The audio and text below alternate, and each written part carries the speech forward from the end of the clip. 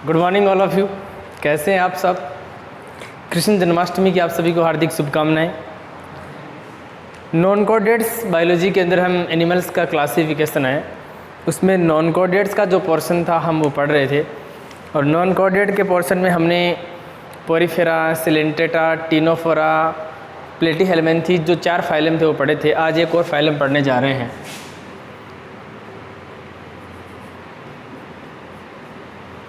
11th class bio chapter number 4। 4 part इससे पहले हम पढ़ चुके हैं, आज इसका ये है पार्ट नंबर 5। 4 पार्ट हमने पढ़ लिए, 5वां पार्ट पढ़ रहे हैं। 5वें पार्ट के अंदर कौन सी क्लास का बारे में जिक्र करेंगे? एस्केहेलमिन्थीज।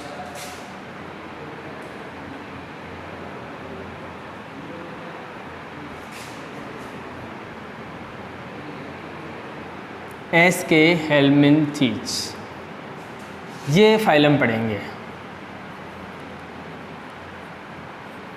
कौन से संघ के बारे में पढ़ेंगे?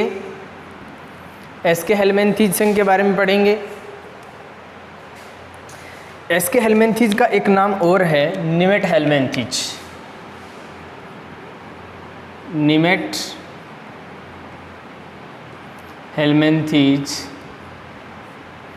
इसे निमेटोडा भी कहा जाता है। ये इनके 3 नाम हैं, वैसे है एक ही चीज़। अब इसमें जो निमेटहेलमिन्थीज है, इसमें निमेट और हेलमिन्थीज 2 टर्म है।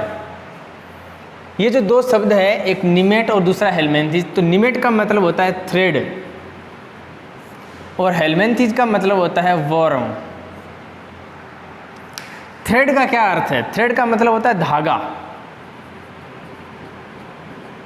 या धागेनुमा। वर्म यानी कृमि, यानी ऐसे एनिमल जिनका शरीर धागे के समान होता है, या ऐसे कृमि जो धागे के समान होता है। तो क्या कह सकते हैं इसे? धागेनुमा कृमि, थ्रेड वर्म कहा जा सकता है।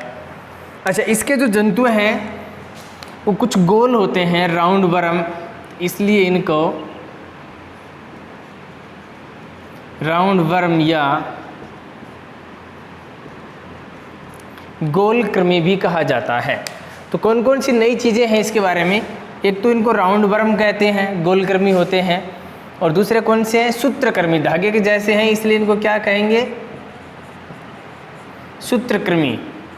याद रखेंगे ये 2 चीज़, गोलक्रम है और सूत्रक्रम। तो कई बार ये कंपटीशन एग्जाम में पूछा जाता है कि राउंड वर्म के जो एनिमल्स हैं या राउंड वर्म हैं कौन से फाइलम के एनिमल होते हैं? तो एस्केहेलमिन्थीज, इसी का दूसरा नाम निमेटहेलमिन्थीज, इसे ही निमेटोडा कहते हैं। ये तीनों एक ही हैं। इसी के प्राणियों को क्या कहते हैं? गोलकृमि या सूत्रकृमि कहते हैं। सबसे पहले जो एस्केहेलमिन्थीज नाम है वो ग्रोपन नामक एक वैज्ञानिक ने दिया था, ग्रोपर ने। और निमेटहेलमिन्थीज दिया था गेगनबार ने।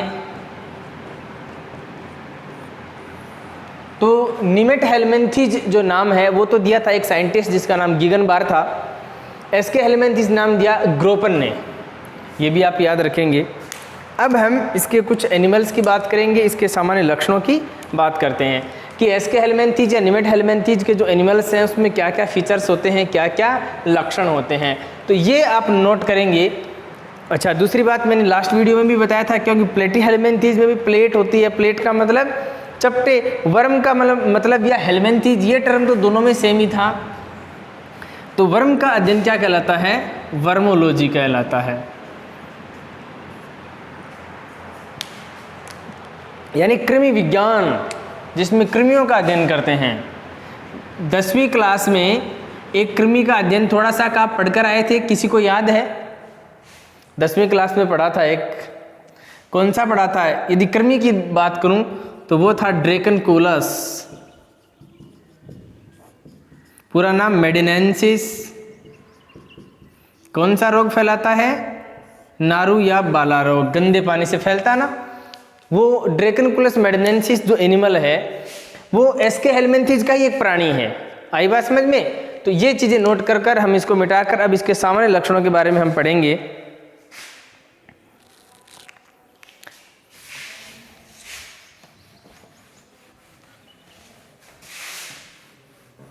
एसके हेलमिंथेस के जनरल फीचर।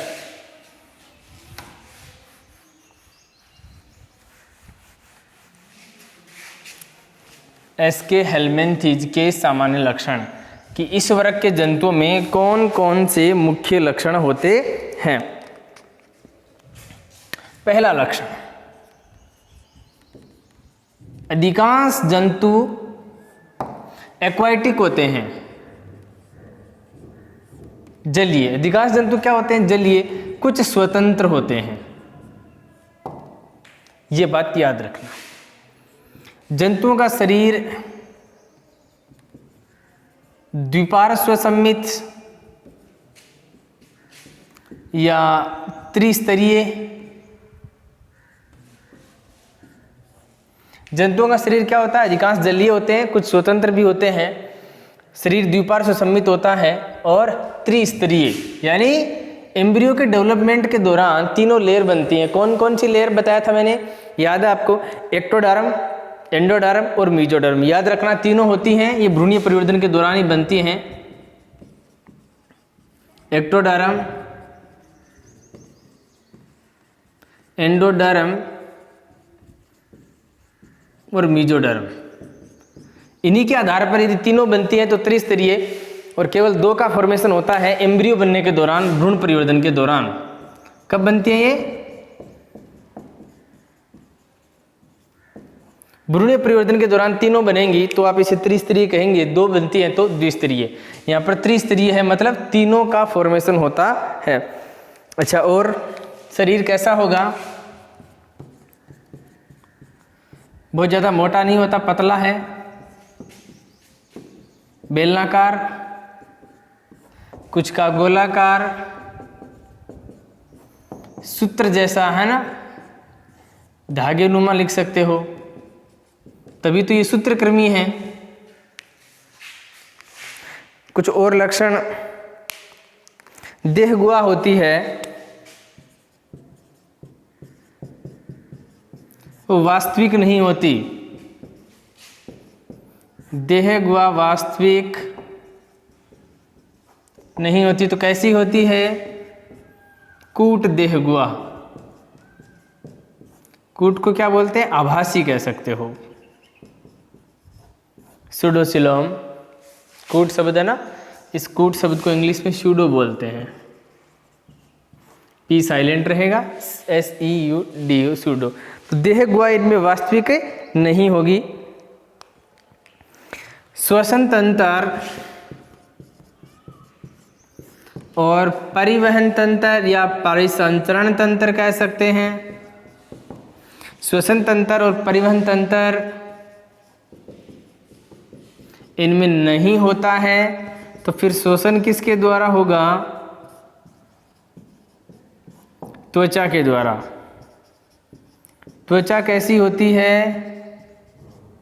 चिकनी, ठीक है।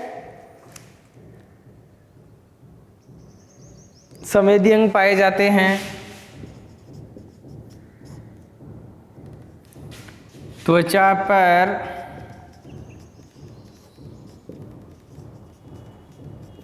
संवेदी अंग पाए जाते हैं, इन्हें फेसमिड कहते हैं। क्या है भाई फेसमिड? देखो, आपको इतना याद रखना है, फेसमिड की जहाँ पर बात आती है, संवेदी अंग होते हैं। तो जैसे भी कोई यहाँ पर हम आराम से बैठे और हमारे पीछे से कोई हल्का सा कैसे हाथ लगाए तो हमें पता चलेगा ना, क्योंकि हमारी त्वचा क्या है? संवेदनशील है, हमें पता लग जाएगा। ठंड का, सर्दी का, गर्मी का अनुभव होता है ना, कहाँ से होता है? त्वचा से होता है ना।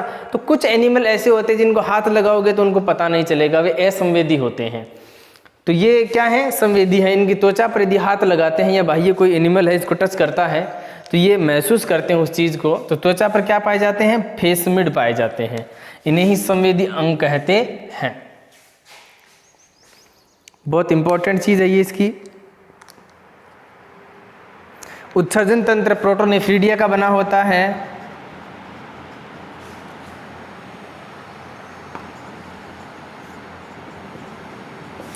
उत्सर्जन तंत्र प्रोटोनेफ्रीडिया एक विशेष प्रकार का ऑर्गन है, उसका बना होता है, विशेष प्रकार की स्ट्रक्चर होती है। ये प्रोटोनेफ्रिडिया का बना होता है। ये कुछ लक्षण फीचर्स हैं, आप नोट करिए। कुछ बचे हुए और हैं, उसको भी लिखते हैं।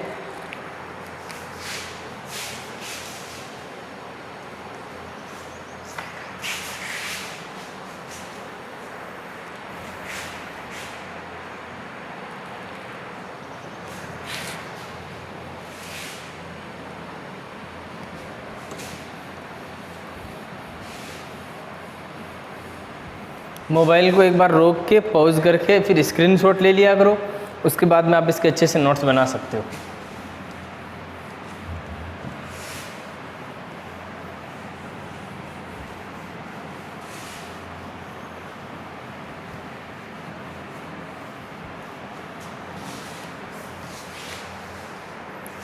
कुछ और इम्पोर्टेंट लक्षण हम इसके पढ़ते हैं।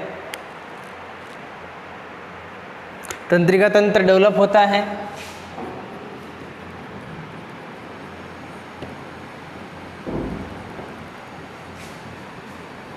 बहुत ज़्यादा विकसित तो नहीं, लेकिन विकसित कह सकते हैं। रिप्रोडक्टिव ऑर्गन की बात करें, जनन तंत्र की, तो जनन तंत्र भी क्या होता है, विकसित होता है। नर व मादा प्राणी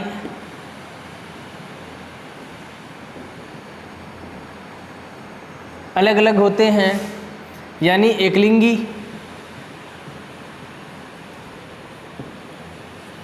जीव कैसे होते हैं, एकलिंगी। याद रखना, नर का आकार मादा से छोटा होता है, ये इनकी सबसे बड़ी पहचान है। नर जंतु का आकार छोटा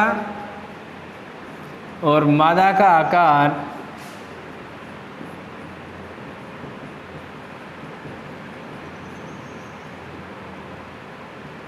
बड़ा होता है। ये एक अच्छा लक्षण है इसमें। परिवर्धन यहाँ लिख दे रहा हूँ अलग कलर से। प्रत्यक्ष तथा अप्रत्यक्ष दोनों प्रकार का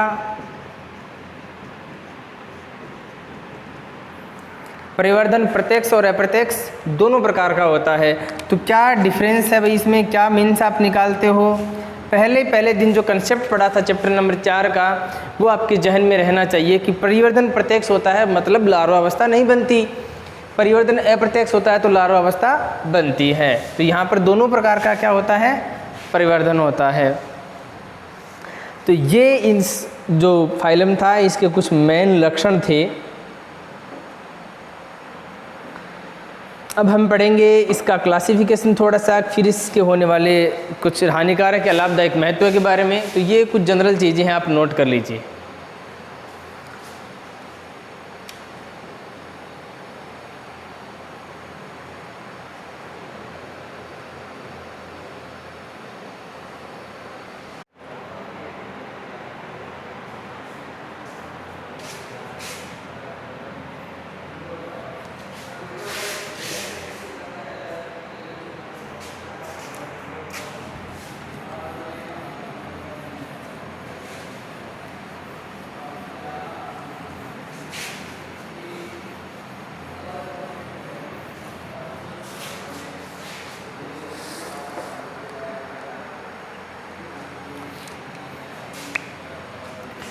इसके हेलमिंथेस का क्लासिफिकेशन,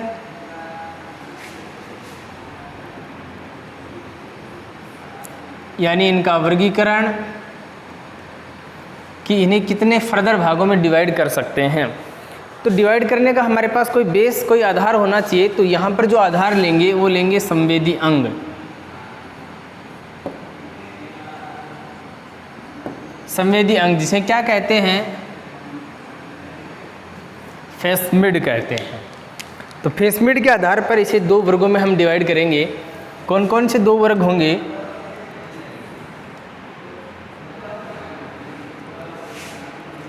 नंबर 1 फेस मीडिया,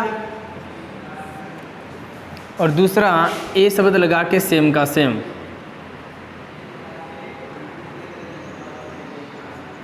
ए फेस मीडिया।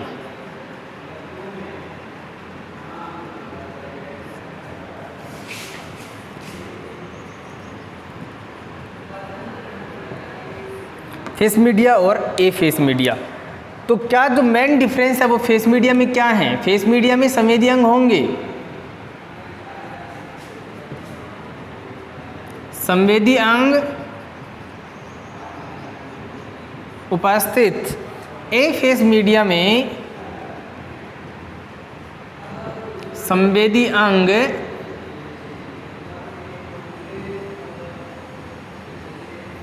अनुपस्थित। तो ये आपको याद रखना है, जो मैंने रेड कलर से लिखा है उसके हिसाब पर फेस मीडिया और ए फेस मीडिया एक में संवेदी अंग होते हैं, दूसरे में नहीं होते। एग्जाम्पल की बात करते हैं, इसके जो एग्जाम्पल हैं उसमें पहला है एस्केरिस,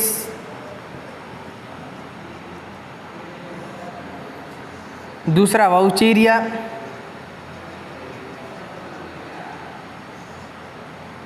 तीसरा ड्रेकनकुलस, पूरा नाम मेडिनेंसिस। इसके एक एग्जाम्पल ट्राइलोबस,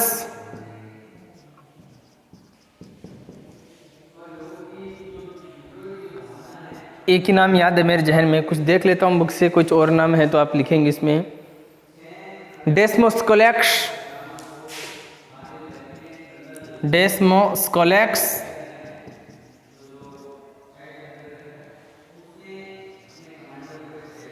दो एग्जाम्पल इसके जिसमें संवेदी अंग नहीं होते, वो ए फेस मीडिया को रिप्रेजेंट करते हैं।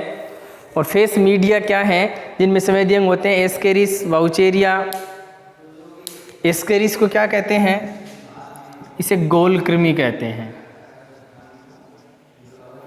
ड्रेकनकुलस मेडिनेंसिस इसे गिन्नी कृमि कहते हैं।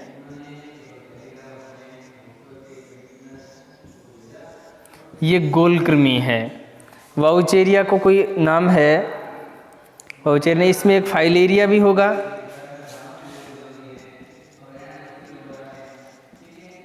ये एनिमल के नाम हैं, एस्के हेलमिंथेस के कुछ एनिमल। तो हमने संवेदी अंग या फेस मीडिया के आधार पर या फेस मीडिया के आधार पर दो वर्गों में बांटा है। जिनमें संवेदी अंग होते हैं वे फेस मीडिया, नहीं होते वे ए फेस मीडिया। तो इसके एग्जाम्पल एस्केरिस, वाउचेरिया, ड्रेकनकुलस मेडिनेंसिस। एस्केरिस जो होता है ना, ये वाइट कलर का होता है। वाइट कलर का इस प्रकार का एक प्राणी होता है।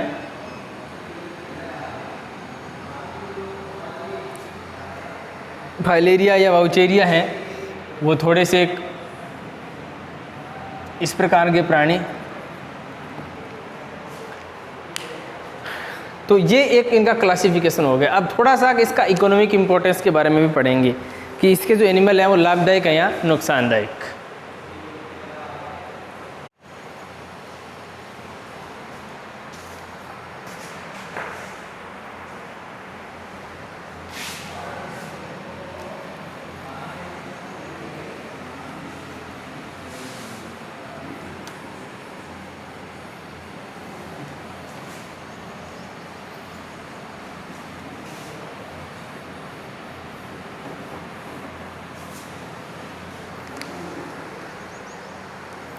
रोगों के बारे में हम चर्चा करेंगे।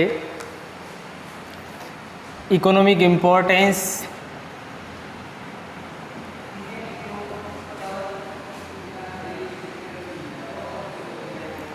एस्के हेलमिंथेस का जो आर्थिक महत्व है उसमें हम लाभदायक महत्व की बात करें या हानिकारक की। लाभदायक कोई महत्व नहीं होता क्योंकि सारे एनिमल हैं वो नुकसान पहुंचाते हैं। तो हानिकारक महत्व की बात करें तो हानिकारक महत्व में मनुष्य में रोग फैलाते हैं। जैसे नंबर 1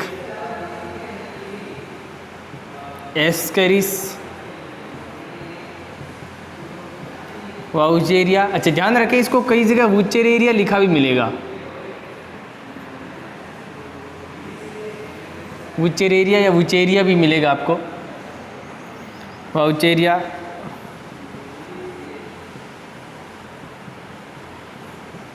ड्रेकनकुलस, ये हैं एनिमल्स जो मनुष्य में रोग फैलाते हैं। एस्केरिस की बात करें